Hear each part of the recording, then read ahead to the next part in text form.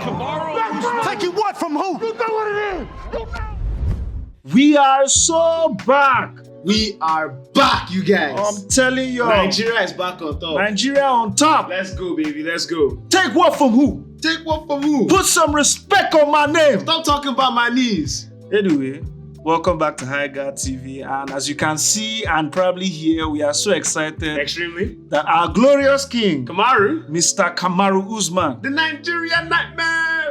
won his comeback fight. Like, look, even I didn't have faith. I didn't pick Usman to win. Honestly speaking, like, if you watched our prediction videos, we eventually picked Buckley to win because the younger right now on a fight streak, he fight had win everything streak, going for him. coming in with a shit ton of momentum and activity, and Usman coming off a 3-fight losing streak. Injuries. We've heard the thing about his knees for over almost 2,000 days. Yeah, let's 2,000 days of inactivity. He said we should not talk about his knees. Yeah, we're not talking about his knees. So he said we should shut up. Out of respect for our glorious king. Yes, Your Highness. So we'll shut up and not talk about his knees. But coming off, he had a lot against him. A lot, especially with the inactivity. Like, imagine losing 3 times and then being inactive for so long. And it's not putting a lot of faith in.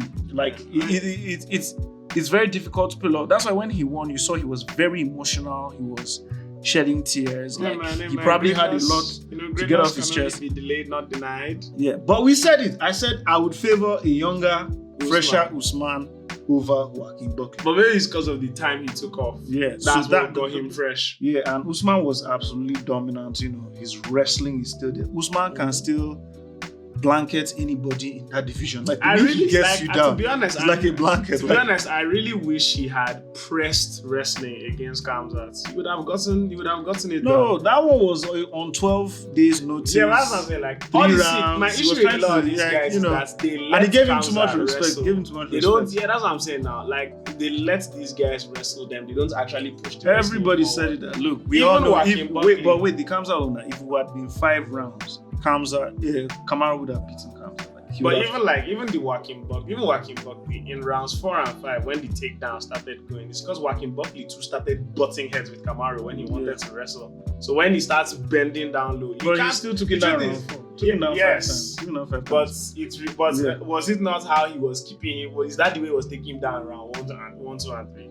And round 5, he took him down in round 4. Round 4, he took him down. Then it's in round 5, Buckley was still there. Yeah. All fight. Which proves that Buckley is probably the best wrestler in his camp because Dominic Cruz was saying it a lot during the fights that it seems that nobody could put Buckley in this position. So he wasn't ready for this level of wrestling, and Kamaru just showed him that there's levels to this game. There's a lot Buckley still has to learn before he's ready for a title shot. Well, no, it was a great fight. I appreciate it. I enjoyed it. We enjoyed it for the Cinderella moments. Round 5 was a bit back and forth, but I gave round 5 to Buckley. Buckley really, really rallied and showed why he's a great strike, he has combat taekwondo down. I'm telling you, that he showed why he's the up and comer and shows why there is a chance he could be a future champion. But on the law, shout outs to the great Nigerian nightmare, Mr. Kamaru Usman. It is wonderful to have you back. We are so ecstatic that you are here, and we can't wait to see you challenge for the title. I want all of you to remember, Kamaru Usman did not tap against an up and comer in the UK. Exactly. Remember that. Remember he didn't get dunked on his head. Unlike a certain someone. I've not seen this thing in a long time. I never see this thing in a long time. That thing we got. I've not seen him in a long time. But anyway, it is what it is. Shout out Mr. Kamaru Usman. But other than Kamaru Usman winning, I think we did well with our predictions. We didn't predict the full card. We just predicted fights that we felt like, okay, this is the way it's supposed to go. Other than fucking up the Kamaru Usman one. Yeah. I know you guys are going to come, but who else saw it coming? You guys didn't see it coming either.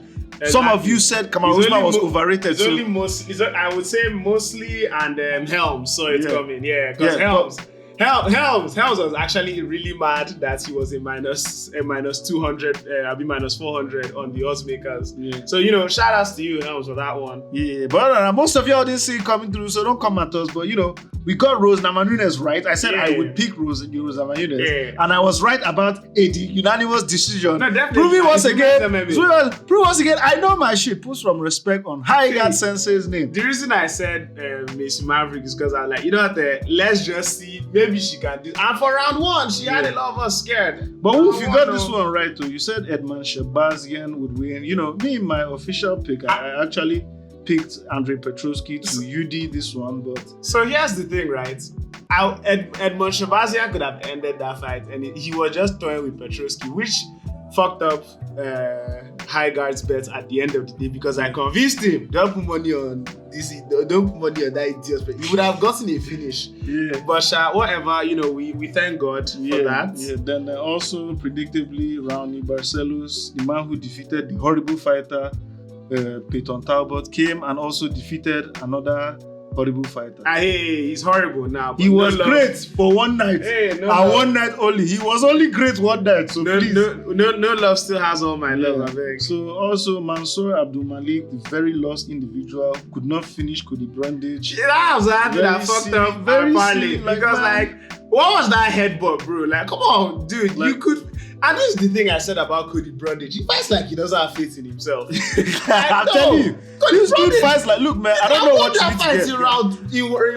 In the end of round one or in the beginning of round two, he could have won. Look, Cody Brundage, man, go and find religion or something. I don't care what it is. Go take some ayahuasca. Go to some mountain. Something that is bigger than yourself. Bro, where is this lack of faith coming from? I don't understand you, man. You suck. But anyway, it is what it is. Then another one that we seem to have gotten wrong, Mr. Alonso Meningfield.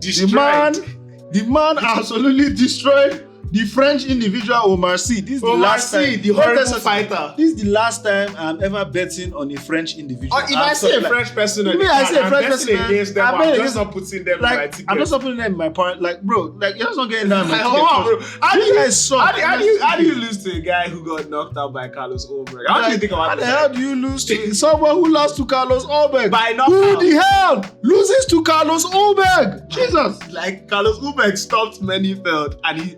There's no explanation. These French guys come in with all that flash. They come in with all that flash. They come in looking like they're models, and they should probably, be modeling for Abercrombie or something. Like, y'all don't belong here. Get the hell out of the UFC. Jesus. Anyway, Paul Craig versus Rodolfo Bellato. I lost individual. Who did what? I don't understand. This fight, I don't even understand. I told you. That ending overshadowed the whole fight. We could talk about the whole fight, how you felt Rodolfo was winning. I told all of you. I don't care. What the hell is this ending? I told all of you. What the hell is going on here? What is Buddy doing here? Why is Buddy looking at the referee before he gets knocked out? What the hell is going on? Off to Hollywood, baby. But you guys, that's what you get for putting your money on someone who had herpes before a fight. It's like, come on, bro. I told you. Like, bro, I told you stop saying that shit. No! It has to be the herpes in his brain, man. The herpes all in his brain. Look, man, stop saying that shit. That shit is wild, man. Can you stop, please? And then also Michael Chiesa, as we predicted, won Court McGee. Yeah, Court McGee, because we love for old men. Did not tally. Yeah, but anyway, shout outs to Malcolm Wellmaker. I actually put him in my ticket. And he actually did great. Second right to knockout in a row. One to a South African. So I was very pleased by that. Yeah, and the next one to Chris Moutinho, ending the horrible fighters hype train. There was no hype train on Chris Moutinho. Yeah, it was 5 in a row. He had been cut from the UFC, and then he got 5 in a row, got resigned, only to get knocked out by another Malcolm. Thank you for what you did. Thank you for all your service. Thank you for your service, Mr. Chris Moutinho. We appreciate that. We are very much appreciated. Anyway, all in all, we rate this card a solid 4/10. There were not a whole bunch of finishes. No, in the prelims there are some finishes. Yeah, the prelims was better. If we judge by the prelims were better than the main. The prelims set us up for failure. Let's be honest. The prelims were great. Even with Rodolfo Bellato, the very lost individual's performance. I don't know. It was still kind of the controversy makes for exactly the controversy makes for entertainment, but in the main card it's just UD. UD and UD. So that is the 4/10. But we're still happy. Our glorious king was That able 4 to come is back. only for our glorious It's king. just for our glorious king. The rest of you kiss can my go and ass. kiss my ass and share 2/10. You all suck. But anyway, it is what it is. You know, it was not a card worth staying up Yeah, for, but there was like a lot of, but like I said, the prelims, which were to my benefits, a lot of knockouts there. You know, we like that. We like that. we like the prelims. But We like the anyway, prelims. as per usual, don't forget to subscribe if you haven't. If you enjoyed this video. Oh, shit, you wait, know- before you go, Cameron, Ricky Simon has joined the precinct with Officer Joe Pfeiffer because he said when he was up on the cage, when he held this guy, Cameron Smotherman, up on the cage, he told him you're under arrest, and Cameron Smotherman said he's racist. So that's racist. Bro, no, I think it's lead into it. Join Like, the look, precinct. Join the if I'm precinct. Ricky Simon, I'll Body lead cam into it. off, bro. Body cam off. Body you know, cam off. Lead lead into that shit. into it. Y'all are in the States, you know what it is. You so- know what it is, man. Body Well, cam off. Yeah, but other than that, you know, it was. I feel like we did okay with the predictions. we did well in predictions. We you were know. predictions, So- you know, decent. Yeah, You know, if the not- upsets were if not upsets for that the most French people guy, couldn't see. you know, but whatever. Yeah. So anyway, don't forget to like and subscribe. Look out for other videos, and you know, follow us on Twitter for, you know, shit posting. Yeah. Yeah. We will actually be posting our live card, like our betting slips updates on our Twitter from now on. Yeah, so that y'all you will can not see. say, you will not tell us when you change your mouth. Exactly. So you don't give us updates. I'm giving you updates now. But anyway, other than that, don't forget to like and subscribe, and yeah, don't forget to keep your hands up. And protect yourself at all times.